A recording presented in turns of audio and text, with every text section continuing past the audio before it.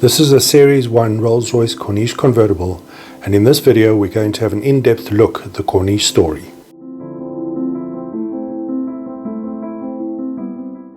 The new Silver Shadow and its sister, the Bentley T-Series, was launched at the Paris Salon in 1965, and it was a huge departure from its predecessor, the Silver Cloud. The Silver Shadow was the first Rolls-Royce with a monocoque construction and featured a variation of Citroen's hydraulic system to power the brakes and the self-leveling rear suspension. It was smaller in dimension to the Silver Cloud, but the design was bang up to date for the time. An illustration from a road test by Autocar in 1965 shows how much smaller the Silver Shadow was compared to the Silver Cloud. As the British car industry moved away from separate chassis design, the traditional coach builders started to fall away. Rolls-Royce had always employed coach builders like James Young, which belonged to the Jack Barclay Rolls-Royce and Bentley dealership. Two other coach builders were Park Ward, which became a Rolls-Royce subsidiary in 1939, and H.J. Mulliner Company, which was acquired in 1959. In 1961, Park Ward and H.J. Mulliner were merged and became known as Mulliner Park Ward. Within months of the Silver Shadow's launch, a coupe version of the Silver Shadow was launched by James Young. Complete cars were bought and converted by the company, and the car effectively looked like a two-door Silver Shadow with lengthened doors and the B-pillar moved back. Only 50 cars were sold by 1967, 35 of these being Rolls-Royces and 15 Bentleys. Mulliner Park Ward, on the other hand, were slower with their version, but came up with a bespoke design penned by Bill Allen under the guidance of Rolls-Royce chief designer John Blatchley. The car was one of the first British cars to feature the Coke bottle flick, a pronounced dip in the flank in front of the back wheel, accompanied by a rise over the rear wheel reminiscent of the Coke bottle design. This was accompanied by bespoke taillights, and the freshness of this design would remain almost timeless until production ended in 1995. The coupe was launched at the 1966 Geneva Motor Show and was named, concisely, the Rolls-Royce Silver Shadow Mulliner Park Ward two-door saloon. At £380 more than the James Young two-door, it was almost 25% more than the sedan, with the Bentley version £50 cheaper than the Rolls-Royce. The success of the Mulliner Park Ward two-door saloon effectively killed the James Young cars, with the company going out of business in 1968. Silver Shadow pans, scuttles and bulkheads were delivered to the Mulliner Park Ward factory in Willesden, London by the pressing company Pressed Steel. The rest of the car was hand-built around these components using traditional coach building techniques to the highest standards, and it took 4 months to build a car, more than double the time to build a standard saloon.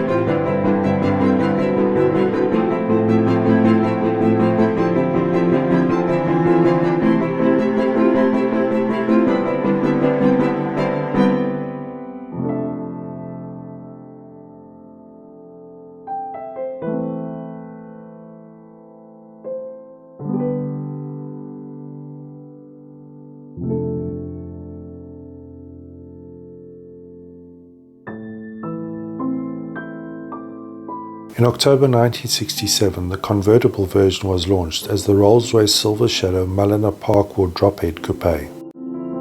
It cost £400 more than the two-door saloon and featured a roof powered by hydraulics.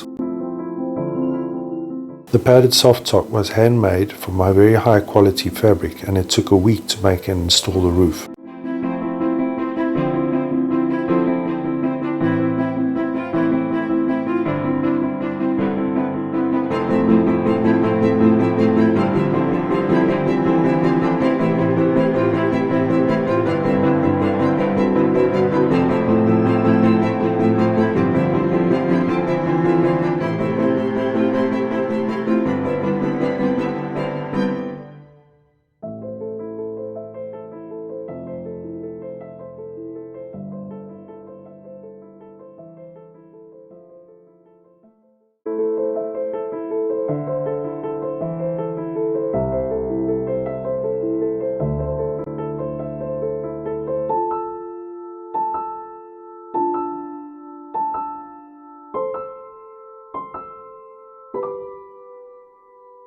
With the introduction of the convertible, the Silver Shadow range consisted of 4 models: the standard saloon, the two-door coupe, the drop-head coupe, and the long wheelbase saloon.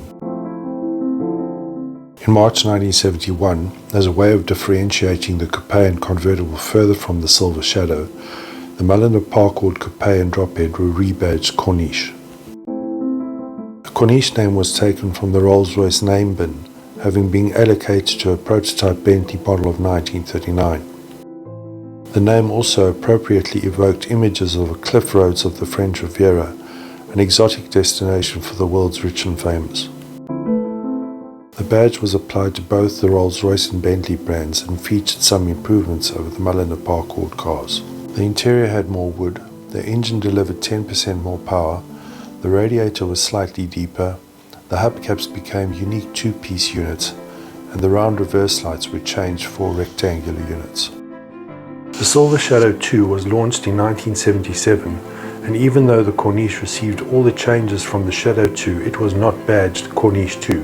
The car became known as the Corniche Series 2, and the biggest visual changes were the impact-absorbing bumpers, front spoiler, flared wheel arches, and the fog lights moving below the front bumper.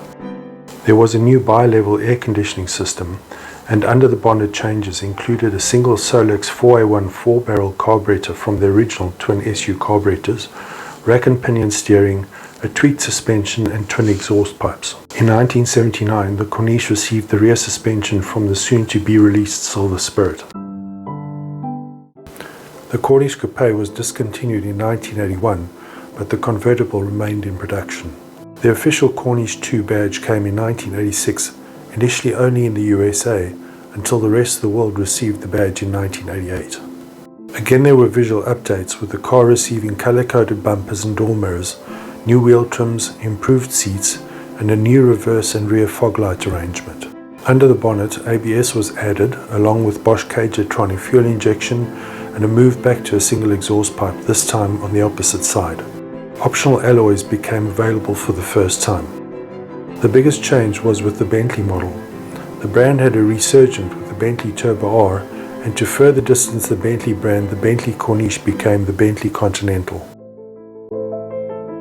The Corniche 3 was launched in 1990 without any visual changes except the new alloy wheels. The spoiler had disappeared and the interior was further tweaked with a driver's airbag and an updated audio system with the CD player. Under the bonnet, a Bosch Motronic fuel injection system was introduced and the suspension received electronic aids. The Continental received the same changes, but the badge remained unchanged. Further changes came with the Corniche 4 in 1992 with the upgrade of the suspension with the Silver Spirit's adaptive ride suspension. A new gearbox was fitted, a passenger side airbag, a new soft top that locked automatically, and the rear plastic screen was replaced with a heated glass window. Also in 1992, a special anniversary edition celebrating 21 years of the Corniche was introduced, with a run of only 25 units, only available in Ming Blue with Magnolia interior. Each car had a numbered plaque on the inside of the cubby lid. In 1994, the Mulliner Park Ward factory in Williston was closed and all production moved to Crewe. The end finally came in 1995, and the Corniche's swan song was a run of 25 turbocharged Corniche S models, complementing the 8 Bentley Continental turbos that had previously been built. Each car had an inlaid wood panel with its build number in the center console, a Corniche S boot badge, and a red grille badge. The sales breakdown of the coupe and convertible models can be seen on this chart. Of the coupes, 571 Rolls-Royce Mulliner Park Ward 2-door coupes were sold, along with 98 Bentley versions. 1,108 Rolls-Royce Corniche coupes were sold, and 64 Bentley Corniche coupes. Of the convertibles, 506 Rolls-Royce Mulliner Park Ward dropheads were sold, and 41 Bentley versions. 5,172 Rolls-Royce Corniche convertibles were sold, and 529 Bentley convertibles. This particular car is a 1971 Series 1 Corniche Convertible and was the first right-hand drive Corniche Convertible to be exported from the factory. It is the 24th car sold and the 9th in right-hand drive and was supplied to Grosvenor Motors in Jansmats Avenue, Parktown North. The car was ordered in Ming blue with gold pinstriping and Marshall quartz fog lamps.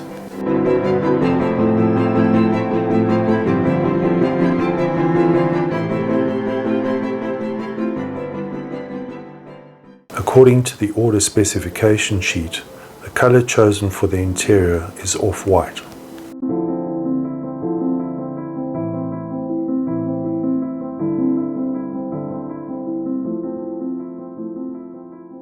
Another special feature specified was head restraints for the front seats.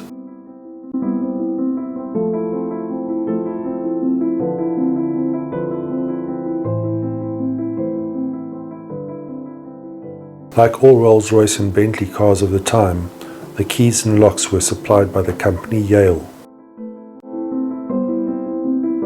A Mulliner Park Ward plate is attached to the cubby lid along with an altimeter, which was also specified by the first owner. According to the factory order form, an order was given as follows: recesses in both front doors to be made with sliding panels and locks to accommodate 1 spirit flask and 4 glasses in each. Another rare option was for a full tonneau cover for the interior.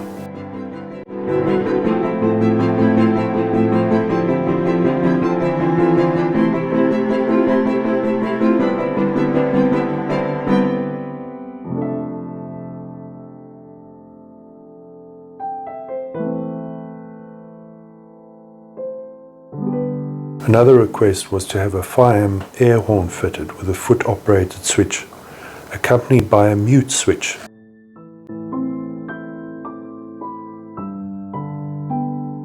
For anything and everything about the Silver Shadow, visit the outstanding and detailed website rrsilvershadow.com, compiled by Marinus Rykers.